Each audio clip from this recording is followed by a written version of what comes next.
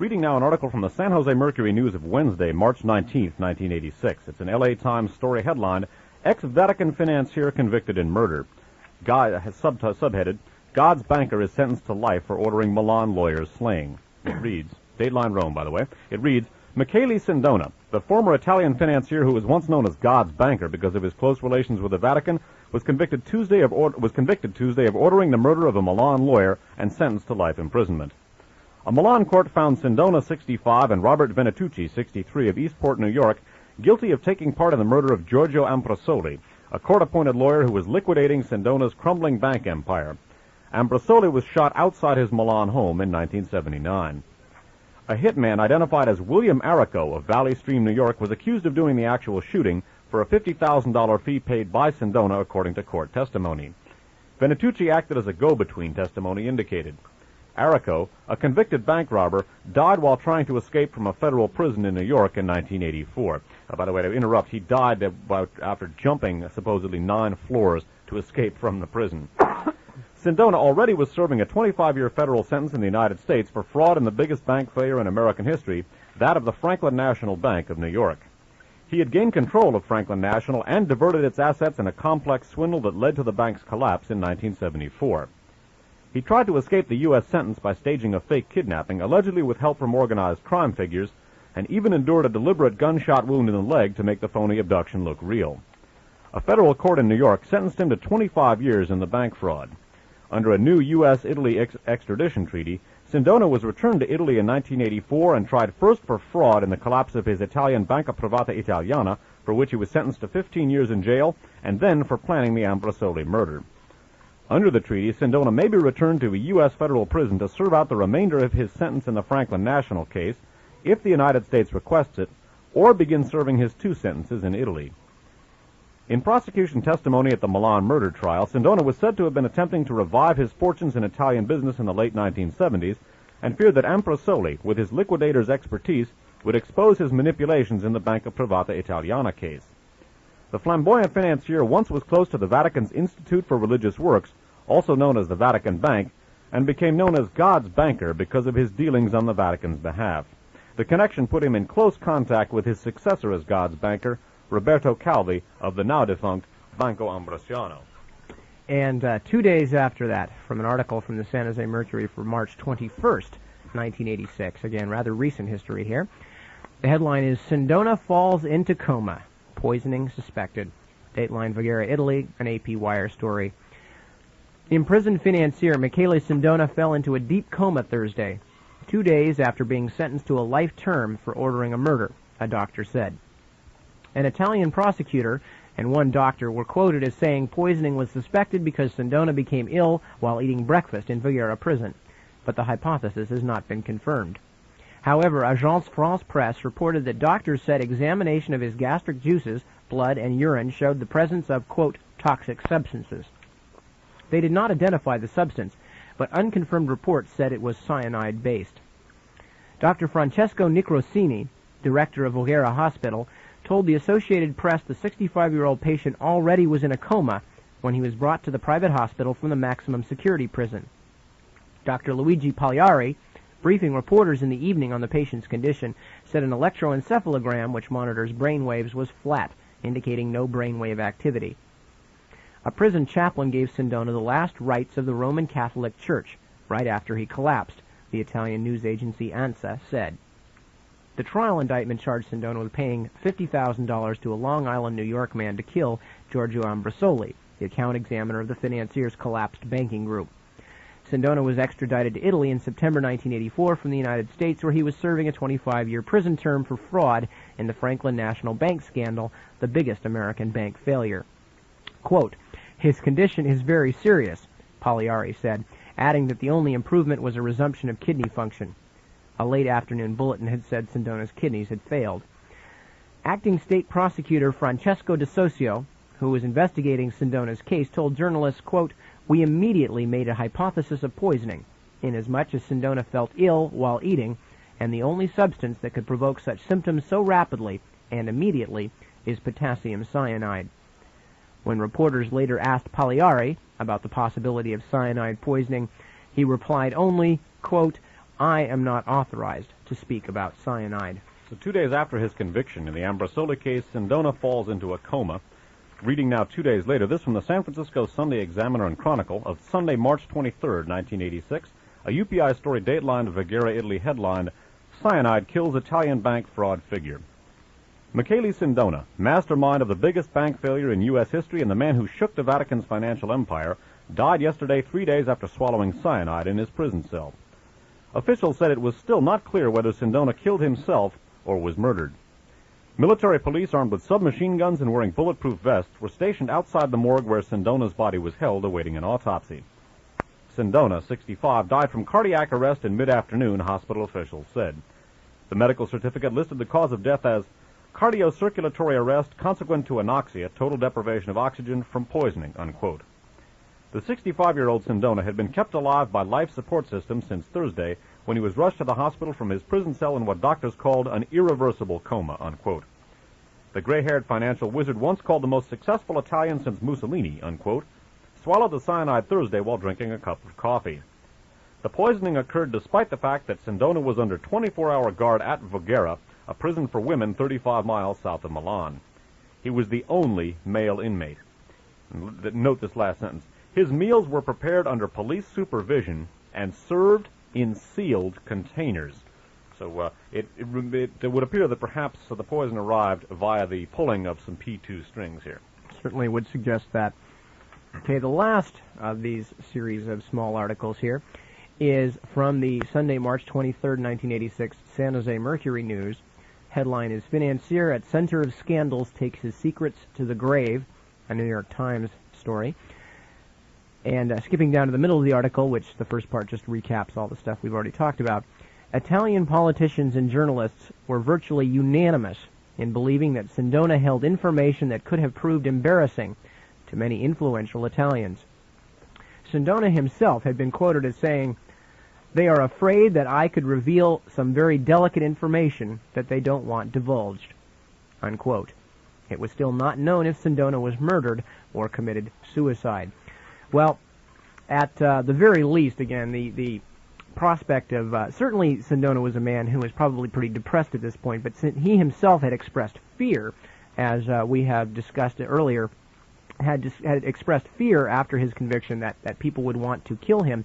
Also, even the smuggling of cyanide into his prison cell so that he could commit suicide would again probably have, considering he was under maximum security and the only male prisoner in a female prison, would in and of itself have suggested some complicity from the outside world. So whether the intent was murder or whether there's some, I think, a very slight off chance that it was suicide, still, this was not something that Sindona kicked up on his own. There was definitely, it was an inside job, I guess is the best way of putting it. Mm-hmm. Okay. Well, we're looking at the situation right now where we have just waved goodbye to Michele Sindona, although he will, of course, crop up again in our other broadcast dealing with some of the earlier parts of this whole thing. As we mentioned, as we gave the dates, this is just March of this last year, just a couple of months ago, that Michele Sindona finally shuffled off the mortal coil. We're going to take a break at this point and allow all of our listeners out there to reflect on the sins of Michele Sindona and the perhaps somewhat deferred and somewhat kinder than deserved end that he found. And then we're going to be back to talk some more about this and about another man who may have been poisoned, but a man who certainly was a far better man than Michele Sindona. That and other things coming up in the next part of our broadcast. So don't go away. We're going to take a short break and give you a chance to stretch. This is Nip Tuck. Dave Emory and I will return in just a few moments with more of Radio Free America, broadcasting from Foothill. We have returned. This is Nip Tuck in the studios with Dave Emory at KFJC, and we are continuing with the Mediterranean Merry-Go-Round. And what you heard there, of course, was starting off Midnight Rider by the Allman Brothers. Great song. Dave and I were just talking, being the old children of the 60s that we are, about the Allman Brothers. And apparently, money and power were all that Michele Sindona wanted. But again, in the long run, and unfortunately it's not always the rule, but those of you out there, I'm sure that there aren't any One Step Beyond listeners, but just to sort of generally addressed out over the airwaves, those of you who find the the neo-fascist financial manipulator way of life a kind of a romantic-looking thing, you might note how many of these people, and as we continue over the next couple of weeks the incredible amount of these people that wind up dead before their time, usually painfully, usually violently. Crime does pay, but sometimes some of the dividends are a little unpleasant. Anyway, we're going to go back now, looking to some of the things that that befall a character rather similar to Michele Sindona, and in fact Michele Sindona's protege, where Sindona was the shark. This man, Roberto Calvi, was the knight. And Roberto Calvi, of course, as we have mentioned before, the director of Banco Ambrosiano, the largest private bank in Italy, a very important cog in the Milan financial wheel. And Milan is the Milan is to Italy what New York is to the United States as far as financial dealings go. And Roberto Calvi was to the Italian financial empire only slightly less than Michele Sindona was, and just as corrupt, as we're going to find out about. Okay. Now, again, we're going to be talking about Roberto Calvi, and the man who, well, we've already talked about him, and particularly in connection with the Banca Cattolica, or Cattolica, I guess. Anyway, however it's pronounced, and my Italian is non-existent. Calvi, not only the successor to Michele Sindona and his protege, but also, perhaps for our purposes most importantly, a member of the aforementioned P2, the many times aforementioned P2 Lodge. We're going to look now at an account of how Roberto Calvi assumed the position of Vatican financial advisor after Michele Sindona, who, as we indicated, is his protege, or was his protege, and we're also going to take a look at how Roberto Calvi's fortunes fell apart. Okay, the information about Calvi's late great financial empire, such as it was, is in a book called In Banks We Trust. It's authored by Penny Lernoux, L-E-R-N-O-U-X, published in hardcover by the Anchor Press Anchor Press Doubleday, copyrighted 1984. And Penny Lernoux writes about Calvi and his financial empire and the collapse of same in Banks We Trust, and she writes as follows. Calvi's rise and fall was inextricably intertwined with the fortunes of Sindona. As the latter tells it, Calvi approached him around 1969 to say that he shared Sindona's right-wing politics and asked for help in building Banco Ambrosiano. By that time, Sindona had designs on Franklin National Bank. I told Calvi, "You take care of Italy, we'll help you from America. You must be the bastione, the bulwark against communism," unquote. Sindona claimed he also told Calvi, quote, "You are the man who must keep the relationship with Marcinkus," unquote. Described by the Italian press as having eyes of steel, Calvi was a professional banker from a banking family. His father was a Milanese bank director. Like many young Italians in the 1930s, he became a fascist militant while attending the university. After the war, he took a low-level job in the foreign department of Ambrosiano Bank. Quiet, methodical, and hard-working, he became a protege of one of the bank's leading managers, Carlo Alessandro Canesi, C-A-N-E-S-I, and rose with his patron through the hierarchy. He succeeded Canesi as president in 1974. The proverbial bank gnome, Calvi worked 12-hour days and had no outside interests save for the clandestine P2. He refused to delegate authority and developed a reputation for being extraordinarily secretive. Unlike the polished Sindona, Calvi was never at ease in international financial circles and spoke in convoluted, almost unintelligible phrases. "It wasn't easy to talk to him," said one banker. "He wouldn't make any attempt to find a common ground," unquote. Sindona had a different impression of the man that was probably nearer the truth. Though he may have appeared cold-blooded, unquote, Calvi was impressed, said Sindona, by counts and barons, the sort of society that Jelly attracted to the P2. He was no good at choosing other people, unquote, Sindona added. That observation applied as well to Calvi's relationship with Sindona. Wise bankers distanced themselves from the Ambrosiano Bank after learning that as early as 1973, Calvi had been using Ambrosiano funds to backstop Sindona's dubious operations. When Ambrosoli, the murdered state liquidator of the Sindona Empire, charged that Calvi had received a $5.6 million payment for payoff for collaborating in one of Sindona's fraudulent schemes, it became apparent, said one banker, that Sindona and his crowd had long had their hooks in Calvi. Calvi took the money, and after that he could be manipulated, blackmailed, unquote. As Sindona's man at Ambrosiano, Calvi quickly learned to ape his patron. He was determined to transform his bank from a relatively small regional bank with strong religious overtones — Ambrosiano was known as the priest's bank, and at one time would-be shareholders had to present baptismal certificates to prove their Catholicism — into a major international financial institution. Provided with Sindona's introductions to international bankers, Calvi created Italy's largest financial group with huge banking, financial, and insurance interests throughout the world. Just as a Liechtenstein holding company had been the linchpin for the Sindona Empire, Ambrosiano's global interests were controlled through a bank holding company in Luxembourg, a haven beyond the reach of Italian banking authorities. Parts of the Ambrosiano Empire, such as its Nassau Bank, were built on the ruins of Sindona's network, but the key connection was Marcinkus, whom Sindona introduced to Calvi in 1971.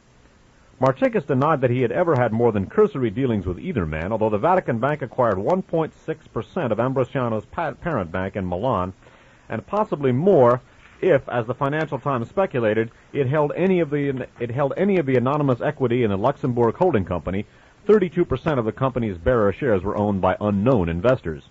And the Archbishop became involved with Ambrosiano in other ways. In 1971, a few months after Sindona and Calvi set up Banco Ambrosiano overseas in the Bahamas, a Mr. Paul Marcinkus was listed as one of its directors.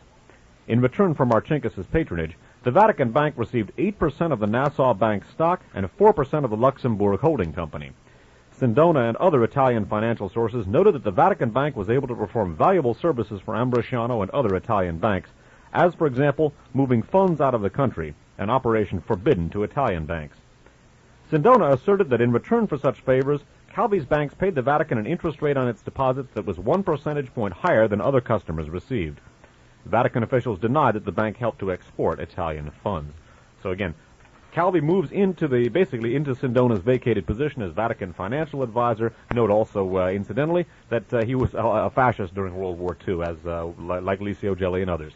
Now, unlike Sindona, Calvi himself was not as big of an international player. However, by the end of his tenure at the Banco Ambrosiano, he became quite an international player, as we will see. And of course, part of the reason is that it did not look like it at the time was because a lot of his dealings were through organizations that weren't even remotely related to standard financial operations. In the same way that Michele Sindona's operations of the mafia and heroin and things like that were not part of the standard financial wheelings and dealings.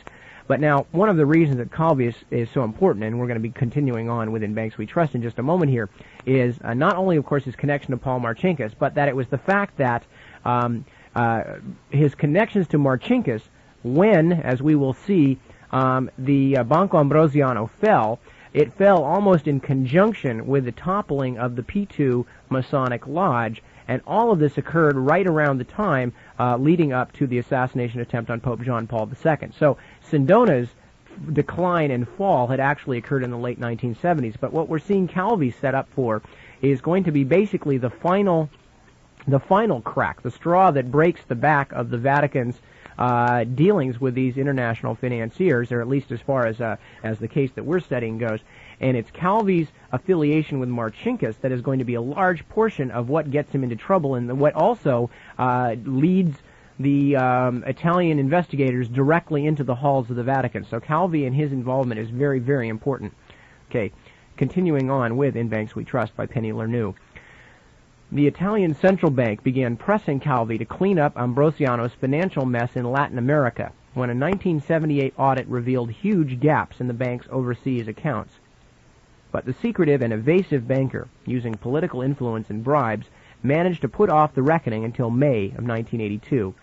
Later investigations by the Italian banking authorities showed that some $1.4 billion had been drained through Ambrosiano's Luxembourg holding companies to its branches in Nassau, Managua, and Lima. These banks in turn loaned the money to Vatican-controlled shell companies in Panama. Again, for those of you who are not familiar, a shell company is actually a non-existent or barely existent company, usually a telex, and a bank deposit box somewhere that is used as a fake company to move money in and out of and give the appearance of actual transactions. Okay, so these banks in turn loaned the money to Vatican-controlled shell companies in Panama. Approximately $400 million was used by Calvi to buy shares in the Milanese parent bank in a bid to take personal control of Ambrosiano. Another $400 million consisted of interest on that debt, which Calvi had borrowed on the euro currency market before 1978. Because no interest was paid, it was simply tacked onto the $400 million owed, which meant that by 1981, the original debt had roughly doubled. Apparently, Calvi intended to offset the debt with shares from Ambrosiano. Instead, interest rates rose and the dollar increased in value, thus adding to the Panamanian company's indebtedness, while the Italian lira fell, diminishing the value of the Ambrosiano stock pledged as collateral. A further $400 million went for a host of P2 activities in Latin America, from arms purchases to under-the-table payments to right-wing newspapers.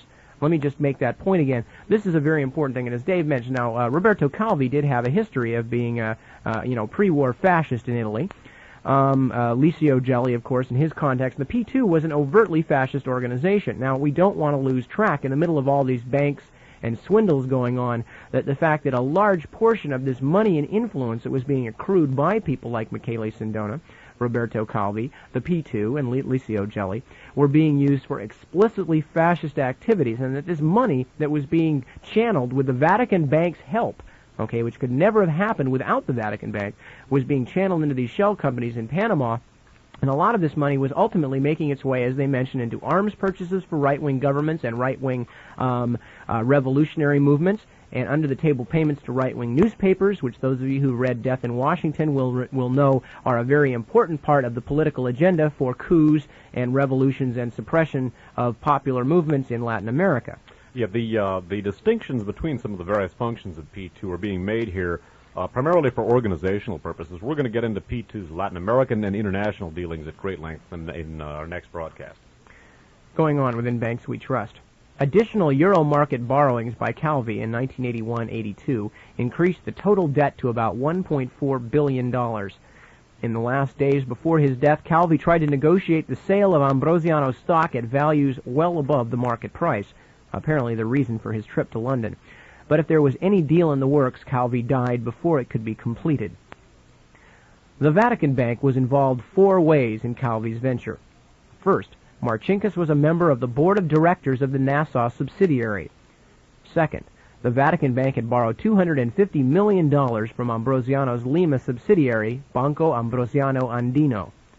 Third, in September 1981, the Vatican Bank gave Calvi letters of patronage, comfort letters in bank parlance, for the Panamanian company's debt. Calvi needed the letters to appease the directors of Ambrosiano's bank in Lima, who were insisting that he produce written proof of his assertion that the Vatican owned the Panamanian companies. This is all very important, so let me just read this last part here, because this is a major part of the exposure of the links between the Vatican Bank and the P2. Okay? Third, in September 1981, the Vatican Bank gave Calvi, and the Vatican Bank is Archbishop Paul Marcinkus. Don't forget that, okay? He is the Vatican Bank. As he mentioned himself, he is the sole operator of the Institute for Religious Works. The Vatican Bank gave Calvi letters of patronage, comfort letters in bank parlance, for the Panamanian company's debt. Calvi needed the letters to appease the directors of Ambrosiano's bank in Lima, who were insisting that he produce written proof of his assertion that the Vatican owned the Panamanian companies. Again, remember, these are dummy companies. They don't exist. The Vatican Bank obliged with letters stating that it directly or indirectly controlled the companies that had received the loans, and that the bank was fully aware of their borrowing activities. Again, dummy companies. Giorgio Nassano, chairman of the Lima Bank, said the letters were accompanied by signed loan account statements acknowledging interest details and repayment dates on the loans themselves. Such letters of patronage have been widely used in the international banking community as a guarantee securing the borrower's obligation to repay. No bank had ever failed to honor repayments covered by such letters until the Vatican announced in 1982 that it had no obligation to pay the Panamanian company's debt, because at the time he received the letters of patronage, Calvi had given Marcinkus a secret letter releasing the Vatican Bank from any financial responsibility for the loans. Naturally, none of the directors of the Lima Bank saw the secret letters, which came to light only after Calvi's death, when Italian banking authorities were pounding on Marcinkus's door.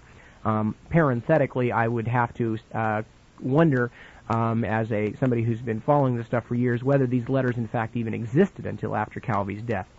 And maybe it was the getting of these letters that were part of the unfortunate decline, rapid decline of Roberto Calvi. To Italian officials, the affair smacked of fraud. Quote, "The Vatican must have known that the 2 sets of letters could not be genuine at the same time," argued a senior financial official. There is also a question of timing. According to the Financial Times, Some of the Ambrosiano loans were made to the Panamanian companies only after receipt of the comfort letters from the Vatican. But Vatican officials claimed that the Ambrosiano loans involved, quote, prior financial dealings with which the Vatican Bank is not connected, unquote. On the other hand, quote, Calvi had been saying for years that he was working for the Vatican, said an Ambrosiano source. We still don't know that he was lying, unquote. One result of the argument over who was responsible is that bankers have ceased to use letters of patronage. The fourth Vatican tie was the most damaging because it proved conclusively that the bank had owned the Panamanian companies that were used by Calvi to buy Ambrosiano stock and to finance the P2. After the Calvi scandal broke, Pope John Paul appointed a Blue Ribbon Investigative Commission. Now this is John Paul II. Pope John Paul appointed a Blue Ribbon Investigative Commission composed of Joseph Brennan, an American Catholic and former chairman of the Emigrant Savings Bank in New York, Felipe de Vec, a former president of Switzerland's Union Bank, and Carlo Cerruti, a high-ranking Italian civil servant with strong ties to the Vatican. We're going to take a look, as we did last week, at a German named Hermann Abs. Who he is and what his connection with this is, we'll talk about in a little later. And Felipe de Vec, we're going to talk about at a later point also. Among their anyway, so these three people, Joseph Brennan, Carlo Cerruti, and Felipe de Vec, become the oversight, the investigative commission, appointed by John Paul II. Among their findings was the fact that the Vatican Bank owned 10 of the Panamanian shell companies. According to the Commission's report, the Vatican Bank had been, quote, exploited by Calvi, who had made the bank the owner of the companies without its knowledge. But the report also acknowledged that Marcinkus had learned of Calvi's manipulations in July 1981, and yet 2 months later he had given the banker the Vatican's letters of patronage. In fact, Marcinkus may have known of, and been a party to, such manipulations long before that. The Sunday Times of London turned up a document dated November 1974 and signed by Vatican Bank officials instructing a Swiss bank to arrange the formation of a Panamanian company called United Trading Corporation. Some $226 million of the missing $1.4 billion owed by Calvi passed through Ambrosiano's Latin American subsidiaries to United Trading. And since United Trading was one of the companies named in the letters of patronage issued by the Vatican Bank, the Sunday Times, and that's the Sunday Times of London, believed it, quote, could have been used to help the Vatican's financial problems, unquote. The newspaper also reported that the Vatican Bank used another Panamanian shell company, Laramie, in a secret transaction with Ambrosiano. The same paper said it had evidence that the Vatican Bank put an inflated price of $20 million on shares it owned in a Rome construction company that it sold to Ambrosiano through Laramie. But the Vatican Bank, quote, never delivered the shares and kept both the $20 million and the shares, unquote. Again, it's hard to realize, again, this is a parenthetical insert, it's hard to realize we're talking about the Vatican Bank. We're talking about the world's largest religious organization, who not only are they making, shell loans to shell companies and stuff, but then they're actually ripping people off, according to the Sunday Times, for the money and the shares and things like this. Denials by the Vatican Bank that it received money from Banco Ambrosiano or Calvi, quote, must be suspect, the newspaper concluded. Calvi's wife, Clara, agreed. She said that during his trial for illegal currency dealings, her husband had summoned her and their daughter Anna to visit him in prison. Clara recalled that, quote, he gave us some papers on which he had written, this trial is about IOR, that's of course the Vatican Bank. He told us that we should go to Marcinkus and Manini, Luigi Manini, we talked about him earlier, the bank's managing director, and ask them for the secrecy to be removed so it would be known that he had not done it. As the two women left the prison, there was an astonishing incident. They were climbing into a waiting car when Manini's son Alex, who was an official at the Banco Ambrosiano, jumped in as well. Quote, when he saw the papers in my daughter's hand, he tried to grab them, said Clara, but I sat on them and wouldn't let go. Clara claimed that Alex Manini said, quote, you must not mention this name even in confession, unquote. But if some people were worried by what Calvi might reveal, Marcinkus himself showed little apparent concern. Calvi's son, Carlo, repeatedly telephoned Marcinkus at the Vatican in an attempt to enlist his support.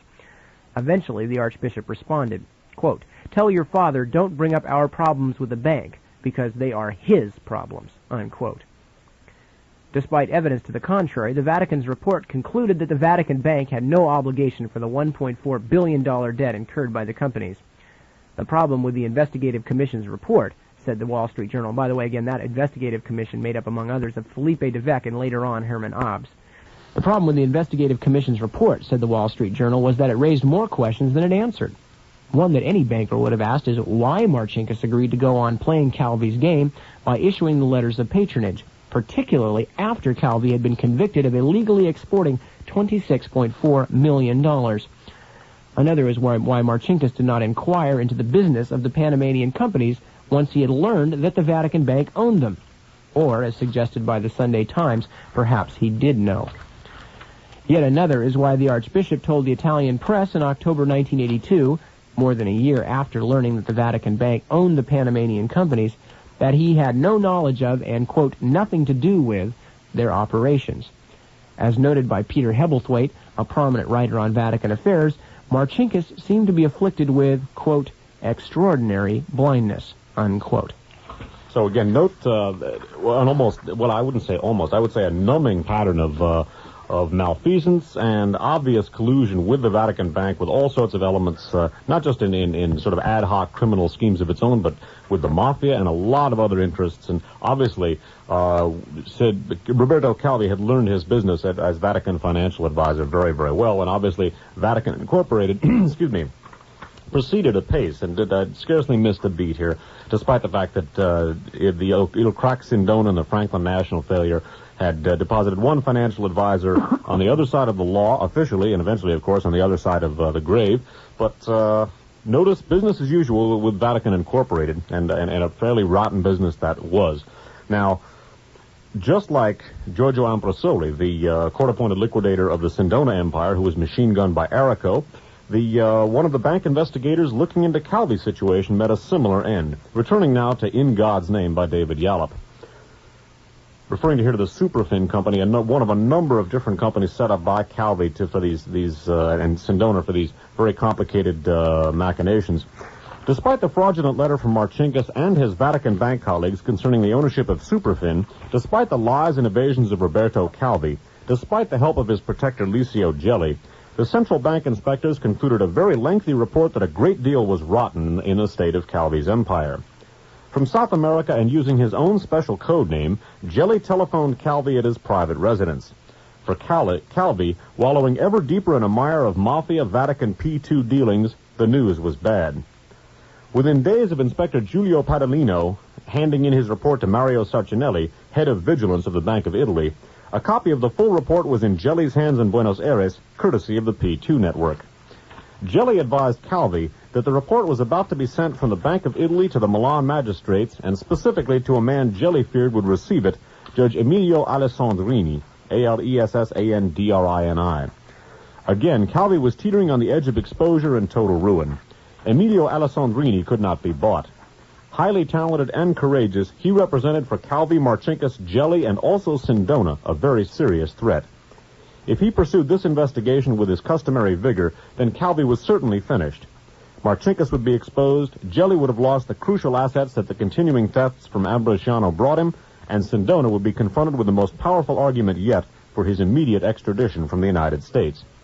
By early January of 1979, the financial circles of Milan were yet again buzzing with rumors about the knight, Roberto Calvi. Judge Emilio Alessandrini, having carefully studied a summary of the 500-page report compiled by the Bank of Italy, ordered Lieutenant Colonel Cresta, the commander of the Milan tax police, to send his men into the priest's bank, unquote. His men were to check point by point the many criminal irregularities that were detailed in the report. No one outside official circles had access to the report, no one, that is, except Calvi and Gelli. On January 21st, L'Espresso commented on the rumors that were flying around the city, including the rumor that Calvi and his entire board of directors were about to be arrested, and that Calvi's passport would be withdrawn. Something had to be done quickly before the general public created a run on Banco Ambrosiano. On the morning of January 29th, Alessandrini kissed his wife goodbye, then drove his young son to school. Having dropped off the boy, he began to drive to his office. A few seconds before 8:30 a.m., he stopped for a red light on Via Muratori. He was still gazing at the red light when 5 men approached his car and began firing bullets into his body. Later in the day, a group of left-wing terrorists called Prima Linea claimed responsibility for the murder. The group also left a leaflet about the murder in a telephone booth in Milan Central Station. Neither the phone call nor the leaflet gave any clear reason for the murder. Why would an extreme left-wing group cold-bloodedly murder a judge who was nationally known for his investigations into right-wing terrorism? Well, I'm going to interrupt here, by the way. Just why that might happen, we're going to explain in our next broadcast, because as we're going to see with regard to Italy in general and P2 in particular, as we've seen with Turple and Wilson and a lot of other things, and by the way, some of those names are going to be coming back in, too, as we go around on the merry-go-round. The distinction between right and left-wing terrorism is blurred at best in Italy. Continuing now, or actually repeating that last sentence. Why would an extreme left-wing group cold-bloodedly murder a judge who was nationally known for his investigations into right-wing terrorism? Emilio Alessandrini was one of the leading investigators into the Piazza Fontana bombing, a right-wing atrocity. Why would Prima Linea murder a man who was clearly attempting, through legal and proper channels, what the terrorists would in theory most applaud, to bring right-wing criminal elements to task for their acts? Well, again, as to why the Prima Linea might have done that, we're going to look at in the next broadcast. Suffice it to say that the Piazza Fontana massacre that Alessandrini was investigating was P2 linked, as we're going to look at next week. And, of course, the timing of the murder of Judge Alessandrini couldn't have been more propitious from the standpoint of Roberto Calvi, Sindona, Jelly, and so forth. Yes, and we will cover in later broadcasts and talk about, and I don't know so much about Prima Linea, which are a small left-wing group, but the Red Brigade, certainly the best-known left-wing Italian terrorist group, are not only prominently linked to Licio Gelli, who actually claims to have founded them, and there is some reason to believe that he may be right, but they also are linked to the Neapolitan underworld gang called the Camorra, which are going to play a very important role later on in this whole series, especially concerning Mehmet Ali Aja, a man whose name we will all get sick of hearing by the end of this broadcast. All right, skipping along and reading from a book called St. Peter's Banker by Luigi Defonzo, and his last name is spelled capital D-I, capital F-O-N-Z-O, and this book was published by Franklin Watts and copyrighted 1983. And this is just a little timeline that he's putting together on the whole thing. On July 21st, 1981, Roberto Calvi was convicted of illegally exporting currency out of Italy. He was fined $13.7 million and sentenced to 4 years. On July 9th, 1981, like Sindona, Calvi attempted suicide but survived. Later, the Bank of Italy uncovered $1.4 billion in loans made by Banco Ambrosiano and authorized by Archbishop Paul Marcinkus, president of the Vatican Bank, Banco Ambrosiano's fourth largest stockholder, to a group of Panamanian companies believed to be controlled by Licio Gelli, Michele Sindona, Roberto Calvi, and the Vatican. Okay, again, bear in mind, just cutting into Defonzo's narrative here, again, bear in mind, we talked about those are shell companies, they're dummy companies, they're companies that are being used to channel money, among other things, directly, some of it directly back into the pockets of the people concerned, but also to direct money into right-wing political activities in Latin America. Unable to block the inquiry, Calvi disappeared on June 10th, 1982. 5 days later, his secretary jumped to her death from a fourth-floor window of Banco Ambrosiano's Milan headquarters. That phrase probably should have been allegedly jumped to her death. Yes, allegedly jumped. She certainly went to her death from a fourth-floor window of Banco Ambrosiano's Milan headquarters. She left behind a note proclaiming that Calvi should, quote, be twice cursed for the damage he caused to the bank and all its employees, unquote. In London, 3 days later, on June 18th, Roberto Calvi's body was found hanging from the Blackfriars Bridge over the Thames River. In his suit pockets, police found $20,000 in foreign currencies, a fraudulent passport, and 12 pounds of bricks and stones. So again, notice that Archbishop Paul Marcinkus, again, not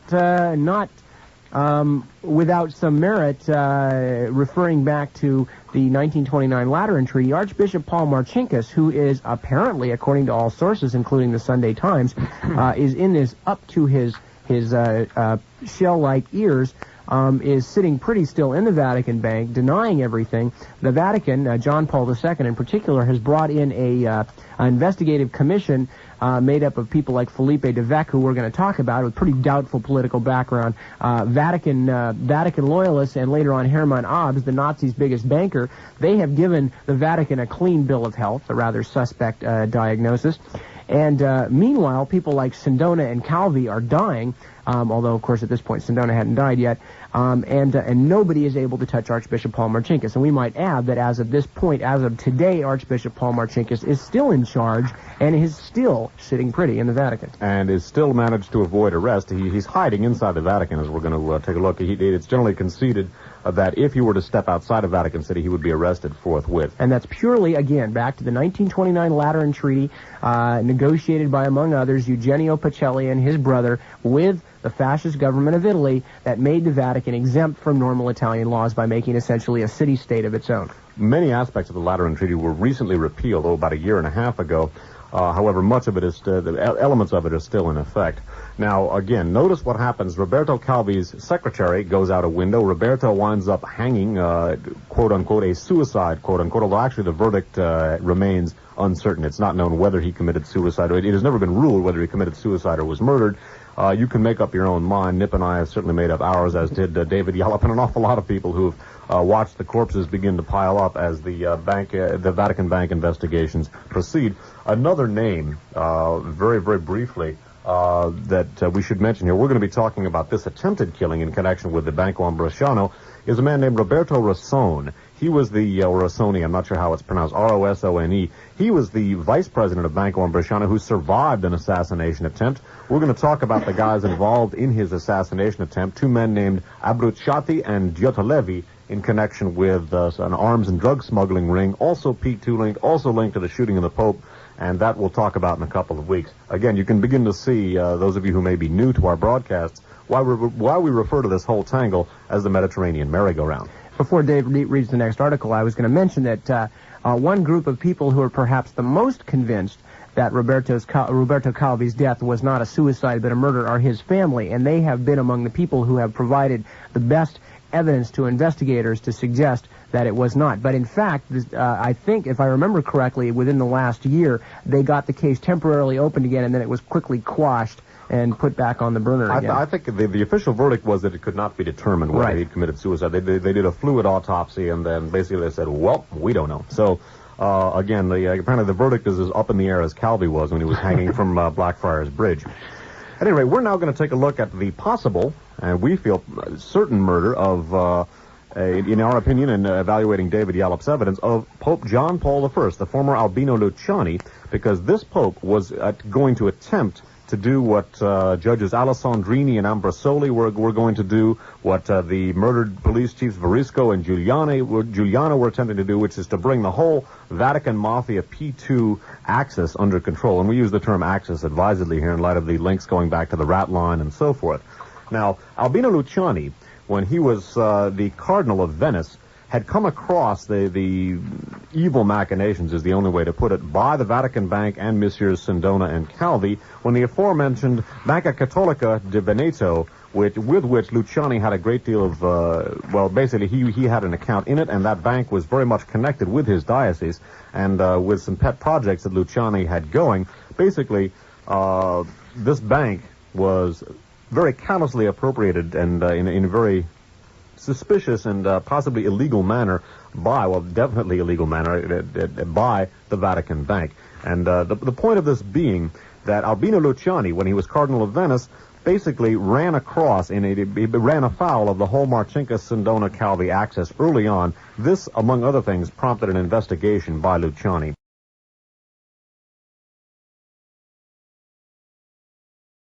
Is brought to the private hospital from the maximum security prison. Dr. Luigi Pagliari, briefing reporters in the evening on the patient's condition, said an electroencephalogram, which monitors brain waves, was flat, indicating no brainwave activity. A prison chaplain gave Sindona the last rites of the Roman Catholic Church, right after he collapsed, the Italian news agency ANSA said. The trial indictment charged Sindona with paying $50,000 to a Long Island, New York man to kill Giorgio Ambrosoli, the account examiner of the financier's collapsed banking group. Sindona was extradited to Italy in September 1984 from the United States, where he was serving a 25-year prison term for fraud in the Franklin National Bank scandal, the biggest American bank failure. Quote, "His condition is very serious," Pagliari said, adding that the only improvement was a resumption of kidney function. A late afternoon bulletin had said Sindona's kidneys had failed. Acting State Prosecutor Francesco De Socio, who was investigating Sindona's case, told journalists, quote, "We immediately made a hypothesis of poisoning, inasmuch as Sindona felt ill while eating, and the only substance that could provoke such symptoms so rapidly and immediately is potassium cyanide." Known as the Vatican Bank, and became known as God's banker because of his dealings on the Vatican's behalf. The connection put him in close contact with his successor as God's banker, Roberto Calvi, of the now-defunct Banco Ambrosiano. And 2 days after that, from an article from the San Jose Mercury for March 21st, 1986, again, rather recent history here, the headline is Sindona Falls into Coma, Poisoning Suspected. Dateline Voghera, Italy, an AP Wire story. Imprisoned financier Michele Sindona fell into a deep coma Thursday, 2 days after being sentenced to a life term for ordering a murder, a doctor said. An Italian prosecutor and one doctor were quoted as saying poisoning was suspected because Sindona became ill while eating breakfast in Voghera prison, but the hypothesis has not been confirmed. However, Agence France-Presse reported that doctors said examination of his gastric juices, blood, and urine showed the presence of, quote, toxic substances. They did not identify the substance, but unconfirmed reports said it was cyanide-based. Dr. Francesco Nicrosini, director of Voghera Hospital, told the Associated Press the 65-year-old patient already was in a coma when he was Federal sentence in the United States for fraud in the biggest bank failure in American history, that of the Franklin National Bank of New York. He had gained control of Franklin National and diverted its assets in a complex swindle that led to the bank's collapse in 1974. He tried to escape the U.S. sentence by staging a fake kidnapping, allegedly with help from organized crime figures, and even endured a deliberate gunshot wound in the leg to make the phony abduction look real. A federal court in New York sentenced him to 25 years in the bank fraud. Under a new U.S.-Italy extradition treaty, Sindona was returned to Italy in 1984 and tried first for fraud in the collapse of his Italian Banca Privata Italiana, for which he was sentenced to 15 years in jail, and then for planning the Ambrosoli murder. Under the treaty, Sindona may be returned to a U.S. federal prison to serve out the remainder of his sentence in the Franklin National case, if the United States requests it, or begin serving his 2 sentences in Italy. In prosecution testimony at the Milan murder trial, Sindona was said to have been attempting to revive his fortunes in Italian business in the late 1970s, and feared that Ambrosoli, with his liquidator's expertise, would expose his manipulations in the Banca Privata Italiana case.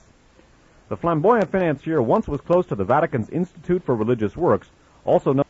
When reporters later asked Pagliari about the possibility of cyanide poisoning, he replied only, quote, "I am not authorized to speak about cyanide." So 2 days after his conviction in the Ambrosoli case, Sindona falls into a coma. Reading now 2 days later, this from the San Francisco Sunday Examiner and Chronicle of Sunday, March 23, 1986, a UPI story dateline of Voghera, Italy headlined, Cyanide Kills Italian Bank Fraud Figure. Michele Sindona, mastermind of the biggest bank failure in U.S. history and the man who shook the Vatican's financial empire, died yesterday 3 days after swallowing cyanide in his prison cell. Officials said it was still not clear whether Sindona killed himself or was murdered. Military police armed with submachine guns and wearing bulletproof vests were stationed outside the morgue where Sindona's body was held awaiting an autopsy. Sindona, 65, died from cardiac arrest in mid-afternoon, hospital officials said. The medical certificate listed the cause of death as cardiocirculatory arrest consequent to anoxia, total deprivation of oxygen from poisoning, unquote. The 65-year-old Sindona had been kept alive by life support systems since Thursday when he was rushed to the hospital from his prison cell in what doctors called an irreversible coma, unquote. The gray...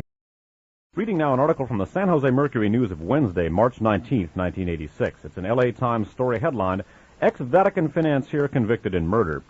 Subheaded, God's Banker is sentenced to life for ordering Milan lawyers slaying. It reads, Dateline Rome, by the way, it reads, Michele Sindona, the former Italian financier who was once known as God's Banker because of his close relations with the Vatican, was convicted Tuesday of ordering the murder of a Milan lawyer and sentenced to life imprisonment. A Milan court found Sindona, 65, and Robert Venetucci, 63, of Eastport, New York, guilty of taking part in the murder of Giorgio Ambrosoli, a court-appointed lawyer who was liquidating Sindona's crumbling bank empire. Ambrosoli was shot outside his Milan home in 1979. A hitman identified as William Arrico of Valley Stream, New York, was accused of doing the actual shooting for a $50,000 fee paid by Sindona, according to court testimony. Venitucci acted as a go-between, testimony indicated. Arrico, a convicted bank robber, died while trying to escape from a federal prison in New York in 1984. By the way, to interrupt, he died after jumping supposedly 9 floors to escape from the prison. Sindona already was serving a 25-year